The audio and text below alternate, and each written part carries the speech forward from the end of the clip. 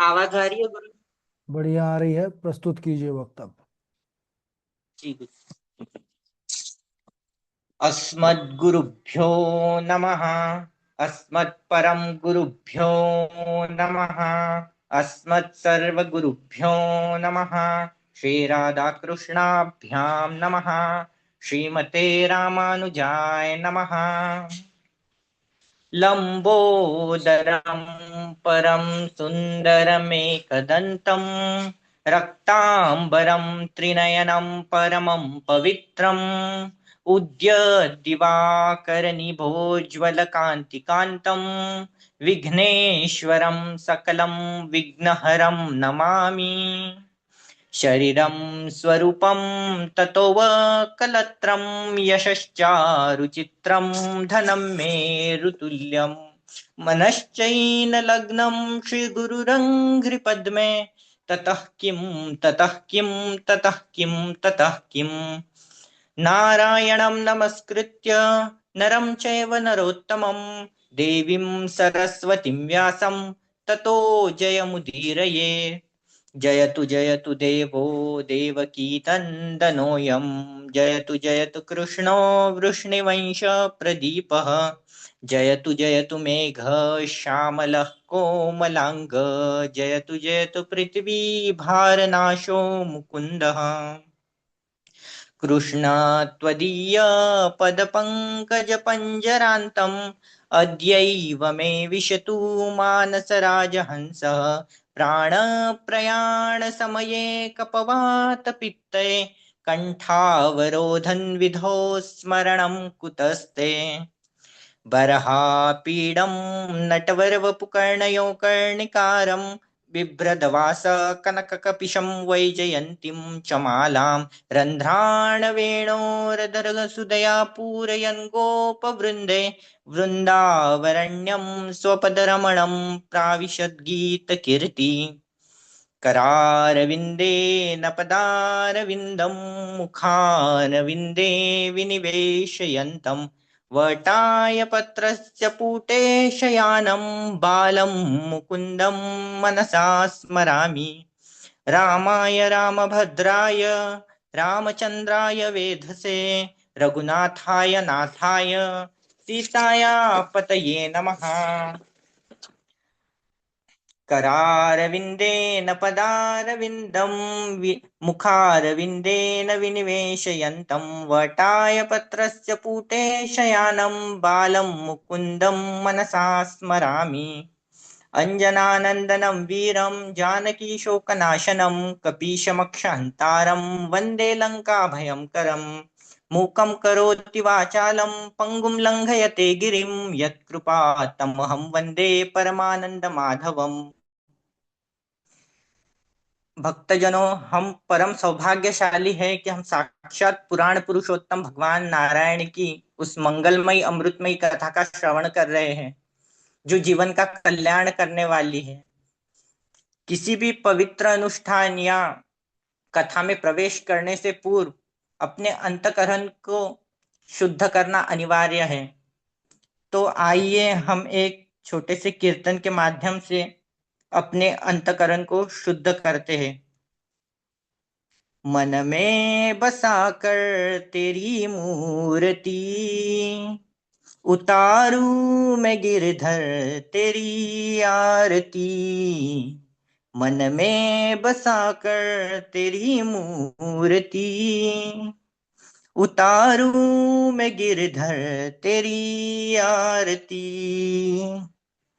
करुणा करो कष्ट हरो ज्ञान दो भगवन भव में फंसी नाव मेरी तार दो भगवन। करुणा करो कष्ट हरो ज्ञान दो भगवन भव में फंसी नाव मेरी तार दो भगवन। दर्द की दवा तुम्हारे पास है दर्द की दवा तुम्हारे पास है जिंदगी बोले ना दया बिल्कुल माँ का फाटा रखा भीख मांगती। मन काला में उसके बसा कर तेरी मूर्ति उतारू मैं गिरधर तेरी आरती, मन में बसा कर तेरी मूर्ति। उतारू मैं गिरधर तेरी आरती, मांगू तुझसे क्या मैं यही सोचूं भगवन, जिंदगी जब तेरे नाम कर दी अर्पण। मांगू तुझसे क्या मैं यही सोचूं भगवन, जिंदगी जब तेरे नाम कर दी अर्पण। सब कुछ तेरा कुछ नहीं मेरा, सब कुछ तेरा कुछ नहीं मेरा, चिंता है तुझको प्रभु संसार की, मन में बसा कर तेरी मूर्ति। उतारू मैं गिरधर तेरी आरती, मन में बसा कर तेरी मूर्ति। उतारू मैं गिरधर तेरी आरती। अनंत कोटि ब्रह्मांड नायक, अचित्य कल्याण गुणगान निधान, सर्वेश्वर सर्वाधिपति, सकल जन कल्यशापहारक, परात्पर ब्रह्म अनंत कोटि, कंदर्प दर्प दलन पटियान, निर्गुण निराकार सगुण साकार, जगदैक बंधु करुणैक सिंधु, सच्चिदानंद घन परमात्मा, श्री कृष्ण एवं श्री राधा रानी जी के चरणों में दास का बारंबार प्रणाम। समुपस्थित भागवत भक्त भागवत कथानुरागी सज्जनों, भक्तिमय मातृशक्ति भगिनी बांधवों, सिया राम मैं सब जग जानी, करहु प्रणाम जोग जुग पाणी। पूर्व कथा में हमने देखा था कि कैसे शौनक जी सूत जी से कहते हैं कि हमें ऐसी कथा सुनाइए जो भगवान श्री कृष्ण को प्राप्त कराने वाली हो, श्रेष्ठ से श्रेष्ठ हो, हमारे कानों को जो मधुर लगे। हमने ये भी देखा था कि जो भागवत महापुराण की कथा है वह कितनी दुर्लभ है, कि जो देवताओं को भी नसीब नहीं हुई। कैसे देवता लोग अमृत लेकर आते हैं और सुखदेव जी से कहते हैं कि हमें कथा का रसास्वादन कराइए, और आप बदले में ये जो अमृत है यह राजा परीक्षित जी को पिला दीजिए। किंतु देवताओं को भी यह कथा प्राप्त नहीं होती। ऐसी दुर्लभ कथा है। तो आइए आज हम आगे की कथा को प्रारंभ करते हैं। अहम भक्ति रीति ख्याता इमौ में तनयो मतौ, ज्ञान वैराग्य नामानौ काल योगे न जर्जरौ। जब देवर्षि नारद वृंदावन जाते हैं, वहां एक स्त्री को रोते हुए देखते हैं, तो उनसे पूछते हैं कि आप कौन हो। तो उस पर वह स्त्री उत्तर देती है कि देवर्षि नारद में भक्ति हूँ। यह दोनों जो वृद्ध अवस्था में पड़े हुए व्यक्ति है, ये मेरे पुत्र पुत्र है, जिनका नाम है ज्ञान और वैराग्य। काल के प्रभाव से ये वृद्ध हो गए हैं, और यह जितनी भी स्त्रियां आपको यहाँ पर नजर आ रही है, वो गंगा आदि सारी नदियां हैं जो मेरी सेवा के लिए यहाँ आई हैं। उत्पन्ना द्रविणे साहं वृद्धिं कर्नाटके गता, क्वचित् क्वचिन् महाराष्ट्रे गुर्जरे जीर्णतां गता। हे देवर्षि नारद, मैं दक्षिण भारत में उत्पन्न हुई, कर्नाटक में जाकर वृद्धि को प्राप्त हुई, कहीं कहीं महाराष्ट्र में भी सम्मानित हुई, और गुजरात में आकर मैं जीर्णता को प्राप्त हो गई। घोर कलिकाल के कारण पाखंडियों ने मुझे अंग भंग कर दिया। वृंदावनम पुनः प्राप्य नवीनेन स्वरूपिणी। और जब मैं वृंदावन को आई, वृंदावन धाम को प्राप्त करके मैं पुनः युवती हो गई, परंतु ये जो मेरे दो पुत्र है ज्ञान और वैराग्य, अभी भी वैसे ही थके मांदे पड़े हुए हैं। इसलिए अब मैं इस स्थान को छोड़कर अन्यत्र जाना चाहती हूँ। यह सुनकर देवर्षि नारद कहते हैं कि देवी, यह दारुण कलयुग है। जिसके कारण लोग सदाचार, योग मार्ग और तपस्या यह सब भूल चुके हैं। यहाँ पर जो संत सत्पुरुष है वो दुखी है, किंतु जो दुष्ट लोग हैं वो प्रसन्न हैं। इस समय जिसका धैर्य बना रहे वही ज्ञानी है। वृंदावनस्य संयोगात् पुनस्त्वं तरुणी नवा, धन्यं वृंदावनम तेनम भक्ति नृत्यति यत्र च। हे देवी, इस वृंदावन को प्राप्त करके आप आज पुनः युति हो गई। यह वृंदावन धाम धन्य है जहाँ भक्ति महारानी नृत्य करती है। भक्ति देवी कहती है, देवर्षि, यह कलयुग इतना ही अपवित्र है तो राजा परीक्षित ने इसे स्थापित क्यों किया? और जो करुणा पारायण भगवान श्री हरि हैं, इस अधर्म को होते हुए कैसे देख रहे हैं?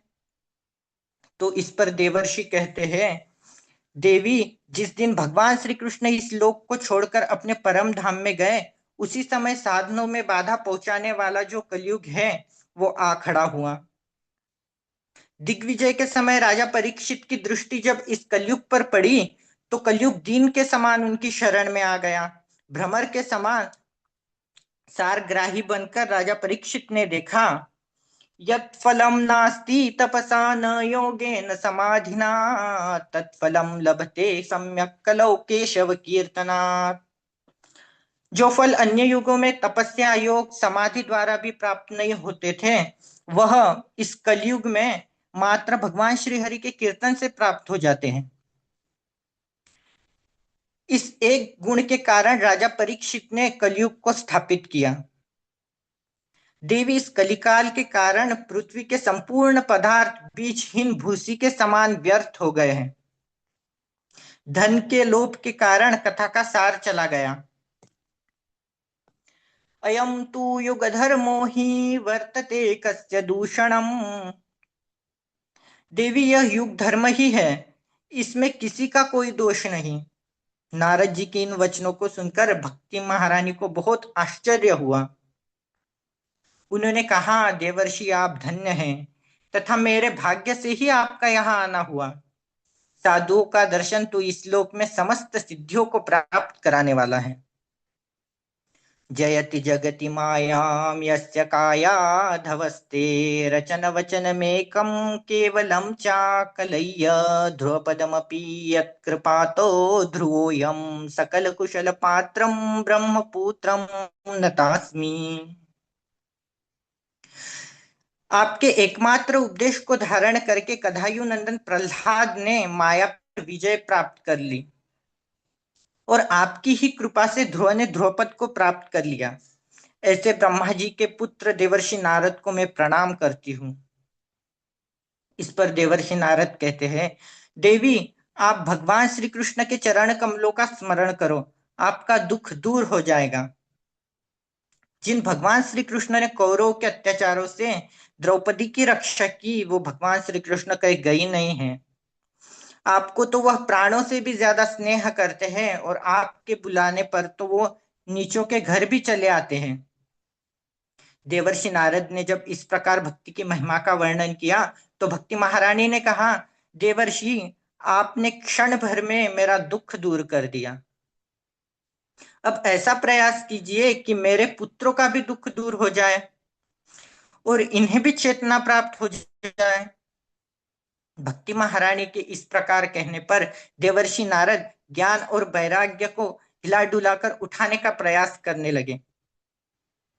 पर किंतु जब वह नहीं उठे तो वह उनका नाम पुकारने लगे, हे ज्ञान, हे वैराग्य, उठिए। वह फिर भी नहीं जागे तो वेद और वेदांत का घोष करने लगे, और वो फिर भी नहीं जागे तो फिर महर्षि नारद ने गीता का पाठ शुरू कर दिया। इससे वो जैसे तैसे जाग तो गए, परंतु जम्भाई लेकर पुनः सो गए। यह देखकर देवर्षि नारद चिंतित हो गए और गोविंद का चिंतन करने लगे। उस समय आकाशवाणी हुई, उद्यमा फलस्तेयं भविष्यन्ति न संशयः। देवर्षि नारद, आपका उद्योग जो है वो सफल तो होगा, इसमें कोई संदेह नहीं है, किंतु तुम सत्कर्म करो और वह सत्कर्म तुम्हें साधु पुरुष बताएंगे। आकाशवाणी हुई लेकिन अधूरी हुई, उसमें बताया नहीं कि कौन सा सत्कर्म करना है। तो यह सुनकर देवर्षि नारद विचार करने लगे कि इस गुप्त आकाशवाणी ने गुप्त रूप से वर्णन किया है, वह कौन सा साधन है जिसके कारण ज्ञान और वैराग्य की मूर्छा दूर हो जाए। नारद ने ज्ञान और वैराग्य को वही छोड़ दिया और तीर्थों में जाकर संत महात्माओं उन्हें पता करने के लिए निकल पड़े कि वह कौन सा सत्कर्म है जो ज्ञान और वैराग्य की मूर्छा दूर करेगा। जैसे ही महर्षि नारद को संतों ने आते हुए देखा, तो उन्हें पता चला कि नारद जी आ रहे हैं। तो अपनी अवज्ञा से कई संत मौन हो गए, उन्होंने मौन धारण कर लिया। और कई कई संत तो आश्रम छोड़ के भाग खड़े हुए। जब कोई एक निर्णय नहीं पहुंचा, तो देवर्षि नारद ने तपस्या करने का मन में विचार किया, क्योंकि तपबल रचे प्रपंच विधाता, तपबल विश्व सकल जगत त्राता, तपबल रुद्र करे संहारा, तपबल शेष धरे महिभारा। तपस्या करने के विचार से देवर्षि नारद बद्रिका आश्रम आए। वहां उन्होंने सनकादि मुनीश्वरों को देखा, तो उनके चरणों में प्रणाम किया। उनसे कहा, मुनीश्वर आप दिखाई तो 5 वर्ष के लगते हो, किंतु आपके जो पूर्वज हैं, आप जो पूर्वजों के भी पूर्वज हो, हरिशरणम इसका जाप करते रहते हो, जिससे वृद्धावस्था आपको बाधित नहीं करती। जिन आपके भ्रुभंग मात्र से भगवान श्री हरि के द्वारपाल जय और विजय वैकुंठ से पृथ्वी पर आ गिर पड़े, और आपकी ही कृपा से वह पुनः वैकुंठ धाम को उन्होंने प्राप्त कर लिया। मुनीश्वर, वो आकाशवाणी ने जिस साधन के विषय में कहा है, वह कौन सा साधन है, बताइए। सनकादि मुनीश्वरों ने कहा, देवर्षि नारद आप प्रसन्न हो जाओ, क्योंकि वह जो साधन है वह बहुत ही सरल है और पहले से ही विद्यमान है।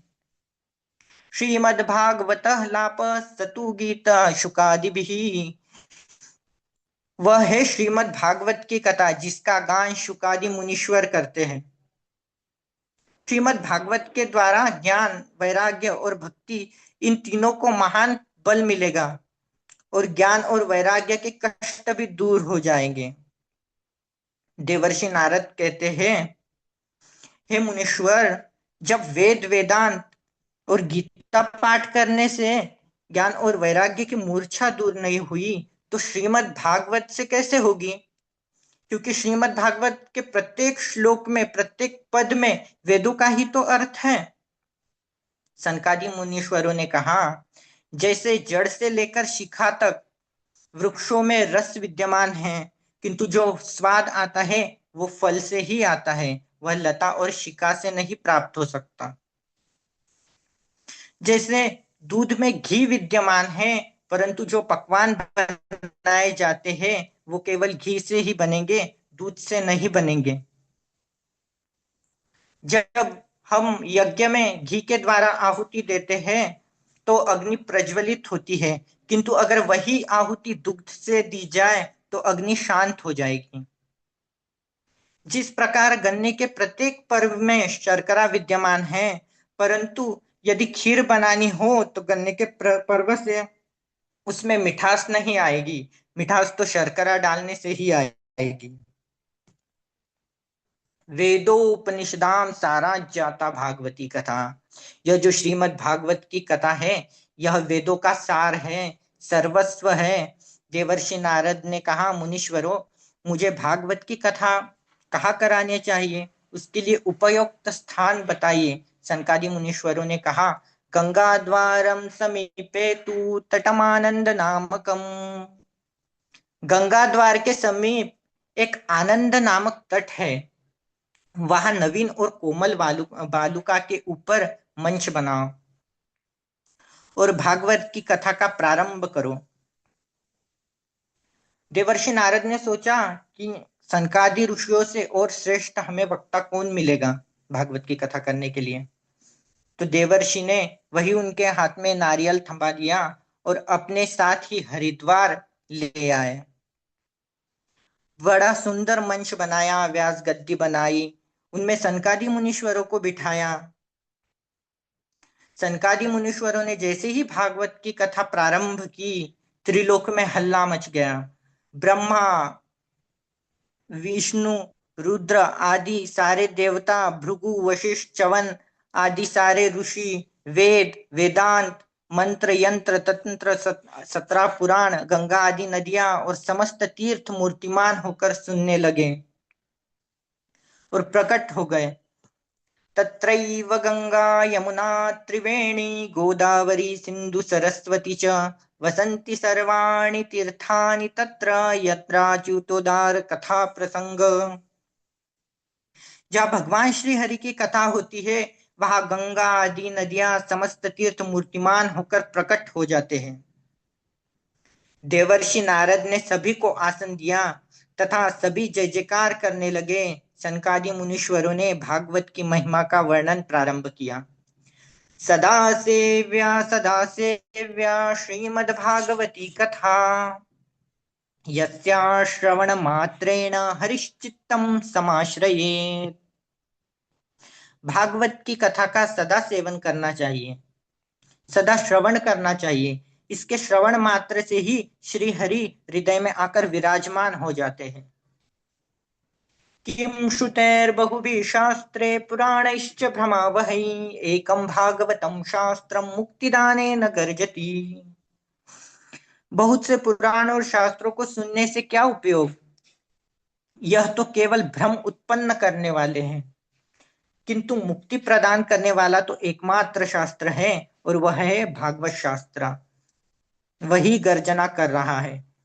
मृत्यु के समय निकट आने पर जो भागवत कथा का श्रवण करता है, भगवान श्री हरि उस पर प्रसन्न होकर अपना वैकुंठ धाम उन्हें दे देते हैं।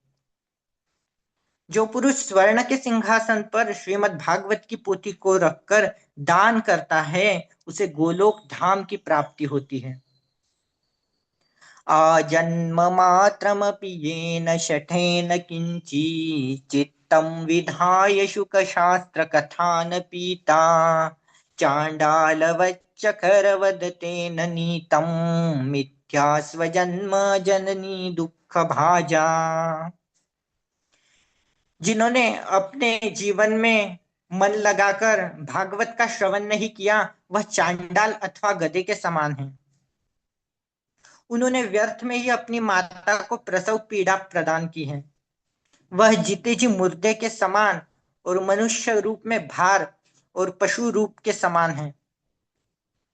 ऐसे मनुष्य को धिक्कार है। ऐसे स्वर्ग में इंद्रादि लोग चर्चा कर रहे थे। सनकादि मुनीश्वर ने कहा, इस प्रकार भागवत की महिमा का वर्णन कर रहे थे। उस समय एक आश्चर्य हुआ। भक्ति सुतौ तो तरुणो गृहीत्वा प्रेमैकरूपा सहसा विरासित श्री कृष्ण गोविंद हरे मुरारे नाथेति नामानि मुहुर्वदन्ति। भक्ति महारानी तरुष अवस्था को प्राप्त हुई, अपने दोनों पुत्रों को लेकर प्रकट हो गई। श्री कृष्ण गोविंद हरे मुरारी हे नाथ नारायण वासुदेव। श्री कृष्ण गोविंद हरे मुरारी हे नाथ नारायण वासुदेव। इसका कीर्तन करते हुए भक्ति महारानी नृत्य करने लगी। ऋषियों ने उन्हें नृत्य करने हुए देखा तो पूछने लगे, चर्चा करने लगे, यह कौन है और यह कहाँ से प्रकट हुई है। सनकादि मुनीश्वरों ने कहा, ऋषियों, यह अभी अभी कथा के अर्थ से प्रकट हुई है। भक्ति महारानी ने कहा, मुनीश्वर, कलिकाल के प्रभाव के कारण मैं जीर्ण नष्ट हो गई थी, किंतु आपने कथा के रस से मुझे पुनः पुष्ट कर दिया। क्वाह तुतिष्ठाम्यधुना ब्रुवन्तु। हे मुनीश्वरों, आप मुझे बताइए कि रहने के लिए स्थान बताइए। कि किस स्थान पे मैं रहूं। उस पर सनकादि ऋषियों ने कहा, भक्तेषु गोविंद स्वरूप कर्तृ। हे देवी, आप सदा सर्वदा भक्तों के हृदय में निवास कीजिए। सकल भुवन मध्ये निर्धनास्ते धन्या निवसति हृदि येषां श्री हरिर्भक्तिरेका।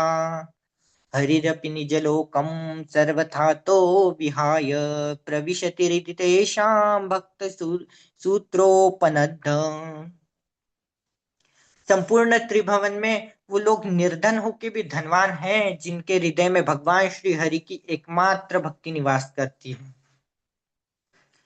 इसी भक्ति के सूत्र में बंधकर भगवान श्री हरि अपना लोक छोड़कर उन भक्तों के हृदय में आकर विराजमान हो जाते हैं। देवर्षि नारद ने भक्ति, ज्ञान और वैराग्य की तरुण अवस्था को देखा तो कहने लगे, मुनीश्वरों, मैंने भगवान की अलौकिक महिमा को देख लिया।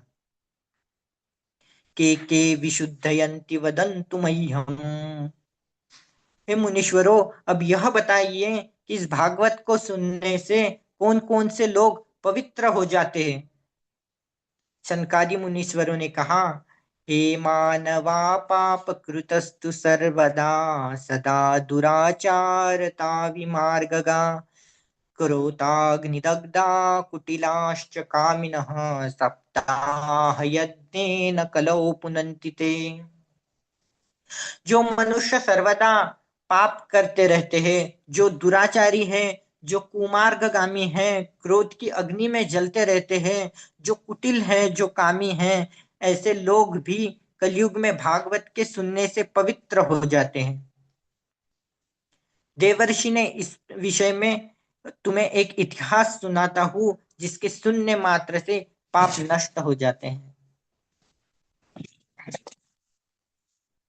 आज की कथा यही तक।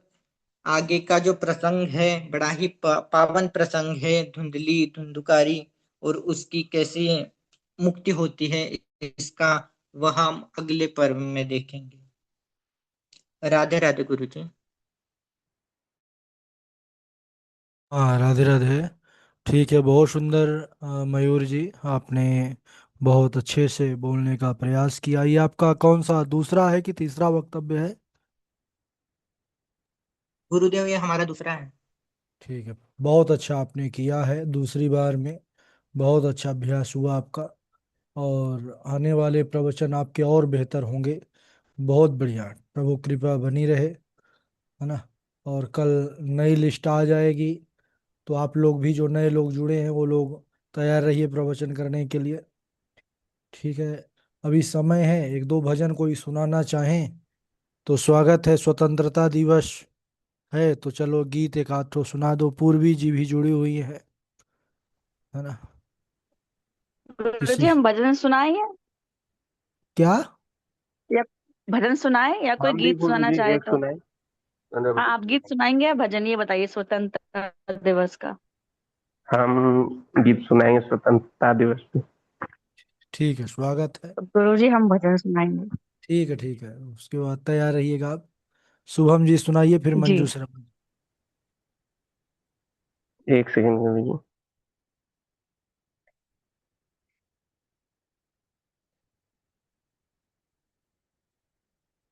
राधे राधे गुरु जी।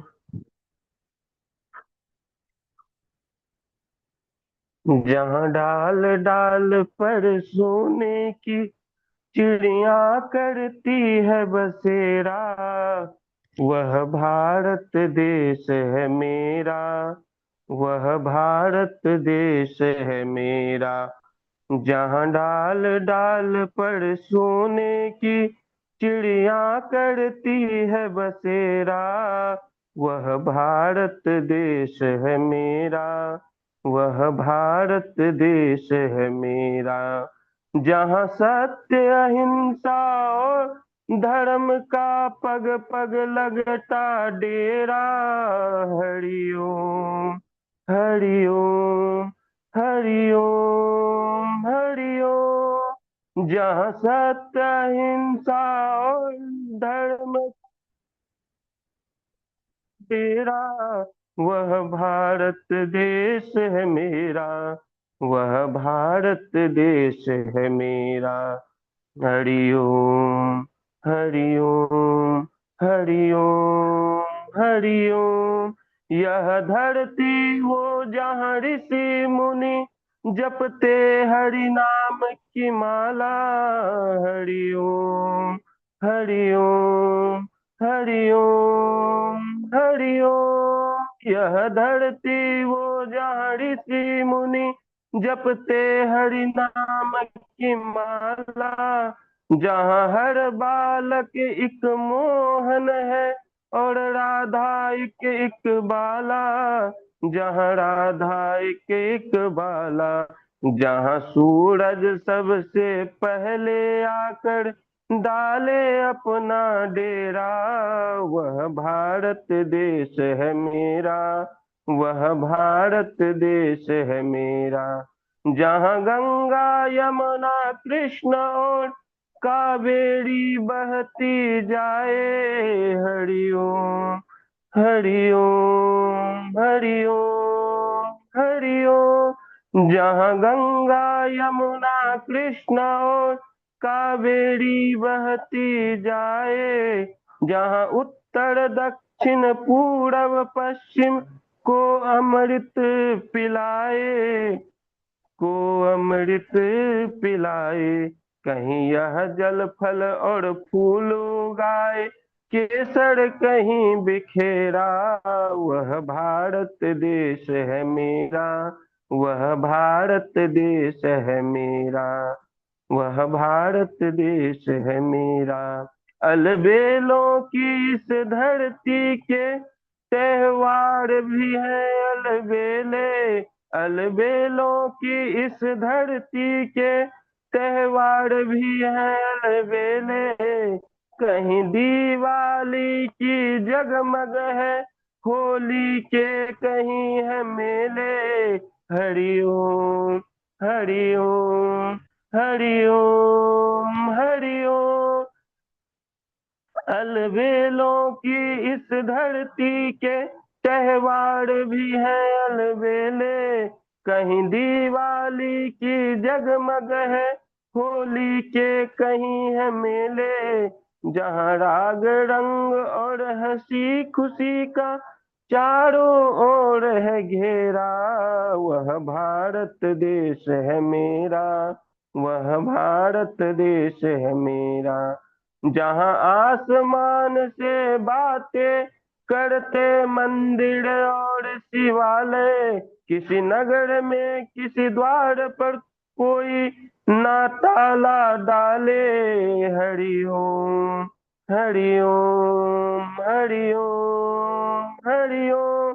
जहाँ आसमान से बातें करते मंदिर और शिवालय। किसी नगर में किसी द्वार पर कोई ना तो ताला डाले, ना तो ताला डाले। और प्रेम की बंसी जहाँ बजाता आए श्याम सवेरा। वह भारत देश है मेरा, वह भारत देश है मेरा, वह भारत देश है मेरा, वह भारत देश है मेरा। राधे राधे गुरु जी। राधे राधे गुरु जी। राधे राधे। जी गुरु जी, हम भी सुना देते हैं।